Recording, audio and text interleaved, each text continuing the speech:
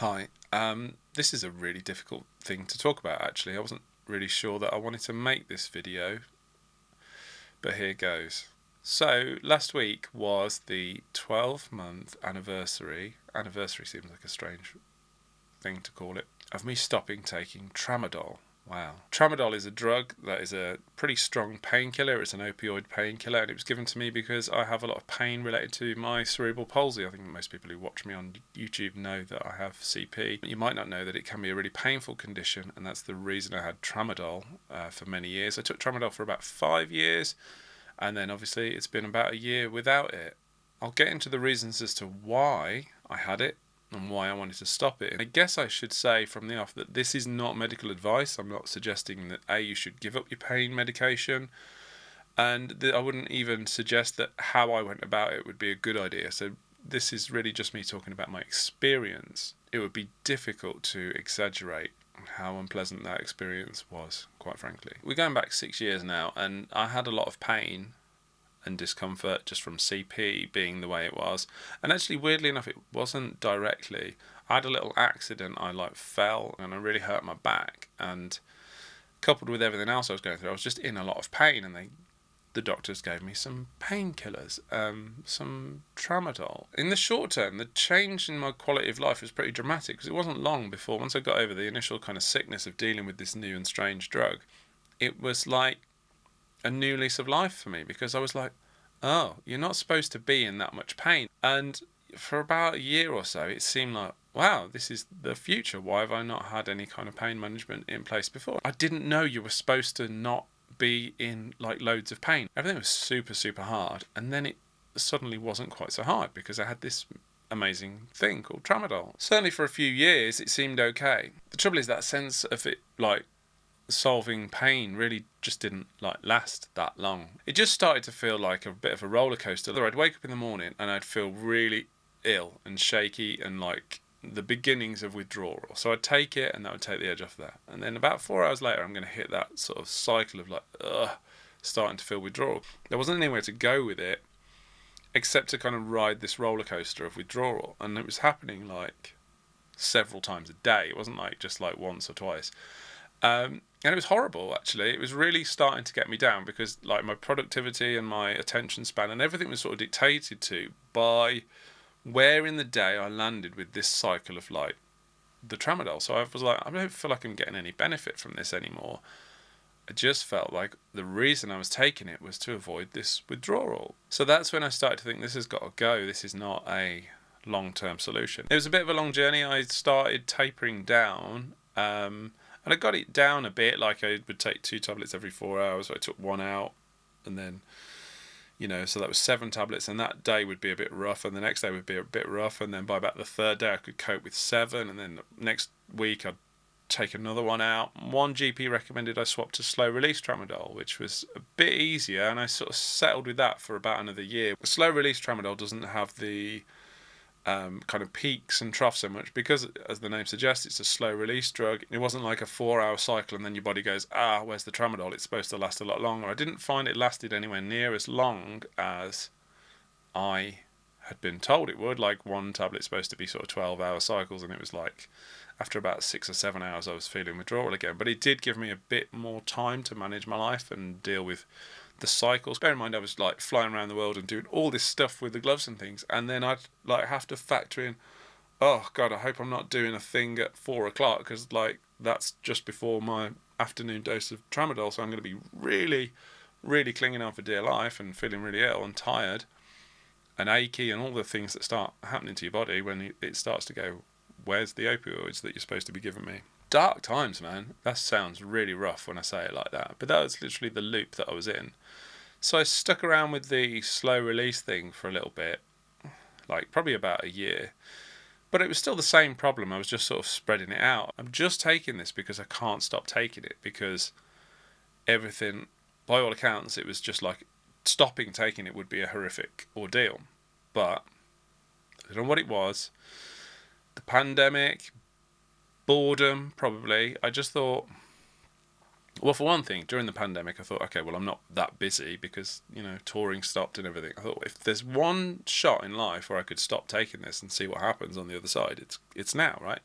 Because I wasn't working that much that it would really affect me. But it seemed pretty clear that the pandemic was like, this is the window of opportunity whereby I could stop if I was ever going to stop. So I did. So I stopped. And that shit does not fuck around. When you stop taking opioids, you may have heard the term cold turkey. At the time when I stopped, I didn't even realise how bad things were going to get. I mean, things just were. They ended up. This time last year, I still had no idea what I'd let myself in for. So the first few days were pretty typical, kind of like, if you've seen Trainspotting, that scene where Renton's in Withdrawal, it was like that for a couple of weeks. Just constant agony, just sweating, unable to sleep, but never really awake. I mean, yeah, it was really, really, really horrible. Like, just puking up and just, oh, you don't want to know all these details, do you? Fucking hell. What's really rough about opioid withdrawal, in my experience, is those first 2 weeks where you feel like your body's just falling apart.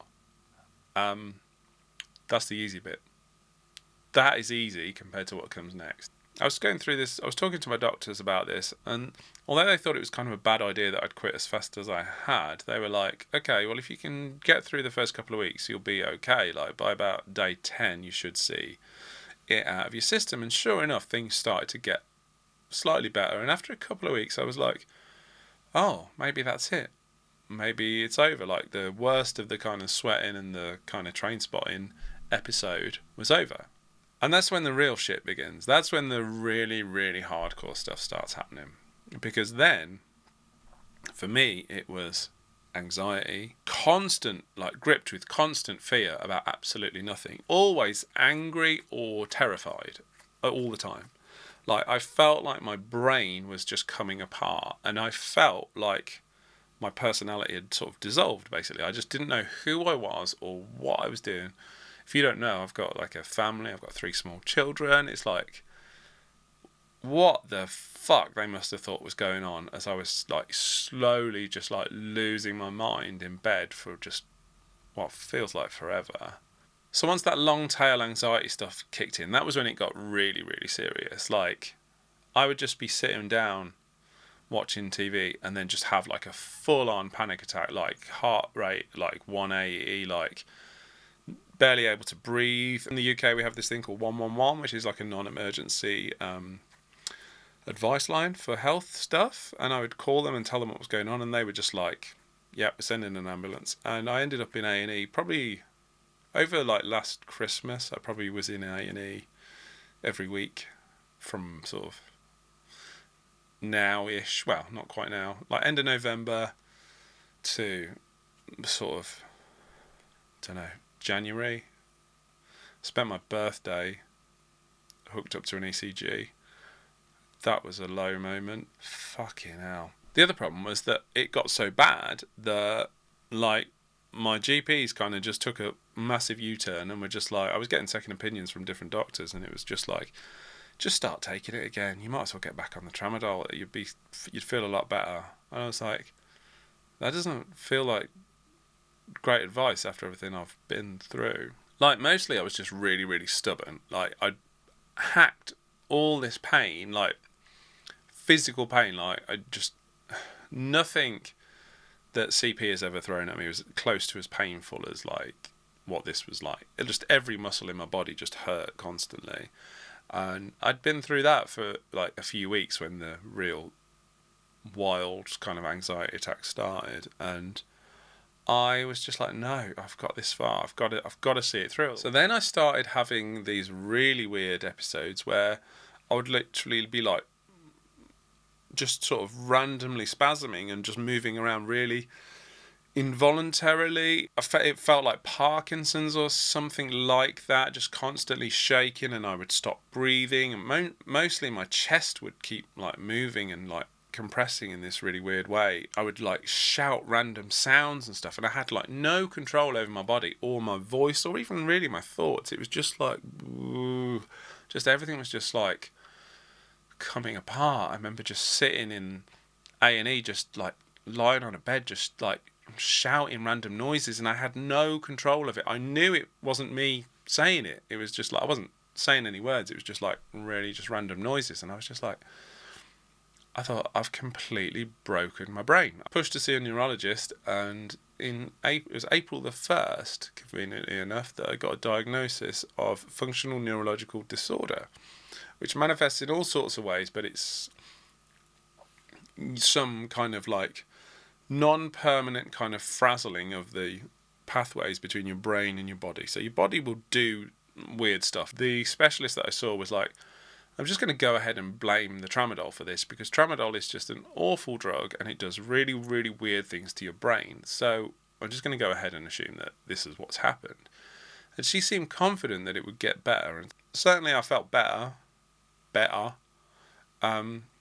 quite quickly with that diagnosis, because it was like, oh, okay, there's an explanation. So at least in my memory, it feels like I almost immediately started to feel better with the diagnosis of the functional neurological disorder, because there was an explanation for all the weird stuff that was happening to my body that wasn't Tramadol-induced Parkinson's disease, which is a thing that is at least documented as being one of the things that can happen. One of the perils of going through something like this is the temptation to sort of WebMD your life away, and I spent so much time on websites reading all sorts of like studies about Tramadol withdrawal and what happened to people. That feels like a big mistake, actually. Getting on with it in retrospect would have just been easier rather than reading all these horror stories, but it is what it is. I learned a lot. So naive of me to think that when I stopped that I could go through a couple of weeks of hell and then start a new life feeling healthier and fitter and happier and more productive. Now, I'm not slamming like pain medication altogether, but I would say that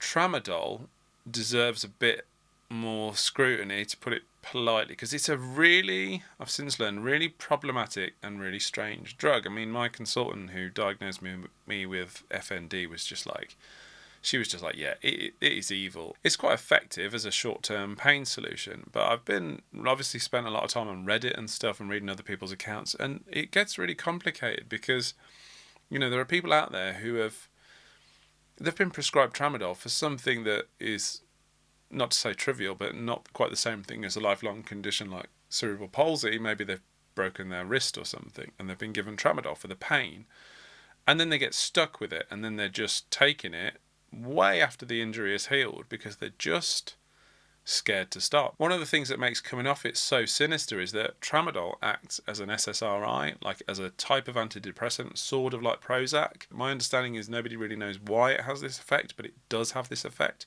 And certainly it had a good effect on my mood when I first started taking it. So it seems to work unintentionally as an antidepressant. The problem then is you're basically dealing with two types of withdrawal, because you're coming off a strong antidepressant, something comparable to Prozac, and a fairly strong opioid painkiller. The withdrawal is coming at you from so many directions. It is really just like all bets are off in terms of what is happening to your brain when you stop. So it's been a year. What's it like without it?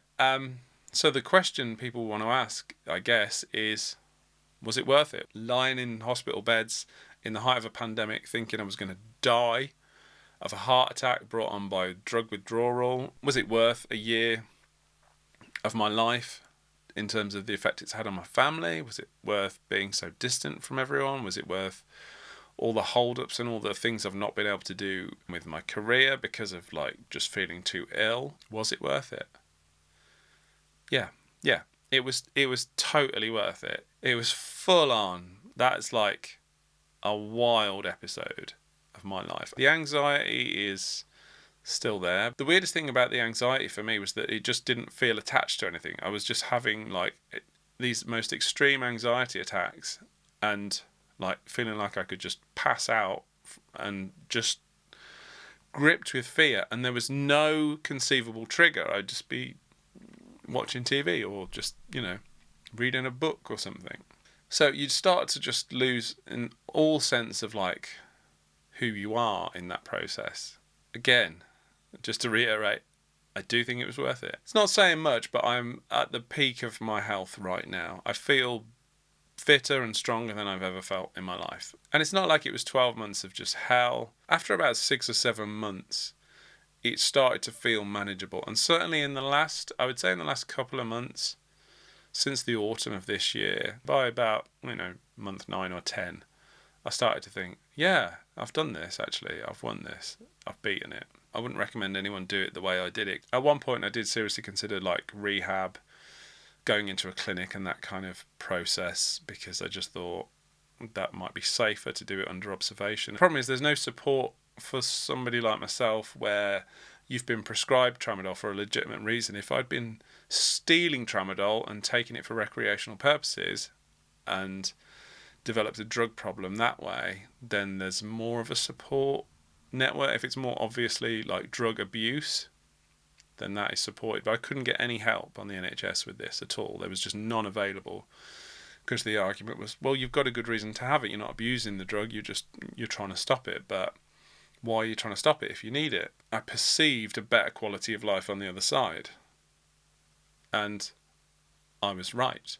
I believe I've arrived at a much better quality of life than I had. And yes, Tramadol gave me a bit of a certain quality of life early on, and for a while it was great and it really helped me, but that didn't last long, and I just knew that it had to come to an end. It would be difficult to over exaggerate this one. It is properly like gates of hell stuff. It's the most frightening and painful ordeal I've ever experienced in my life by a long way.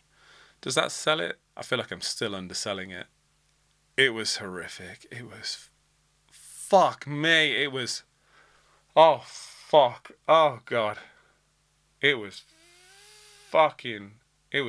oh my god. I don't use the word like, it was insane, and I don't just mean that flippantly like, oh, it was insane, man. I mean, like, I felt like I was literally going insane. Lost my mind. Didn't know who I was anymore. It was fucking full on, man. Full on. Yeah. Cool. Yeah, so this is not advice. This is just my experience. I think it's fair to say that I was overprescribed Tramadol. I was given a really high dose without any real advice on what that meant and the long-term addiction that I was being set up for. It was just like, hey, take these, you'll feel better. Certainly there's a lot of anecdotal evidence on the internet to suggest that that is quite commonplace, and people are offered Tramadol without any real advice on what it is and what it can do to you, and it's often given for quite trivial reasons. So yeah, it seems to be something that is being overprescribed, and it's, yeah, obviously hugely problematic, to put it lightly. But yeah, if there's anything to sort of scrape from this rambling video, it's that it is possible to stop, and I'm sure people could do it in a more effective way than I did, one day at a time. But I think it's, yeah, I feel better. I've got it off my chest. It was not easy, but there you go. Live to tell the tale. Thank you.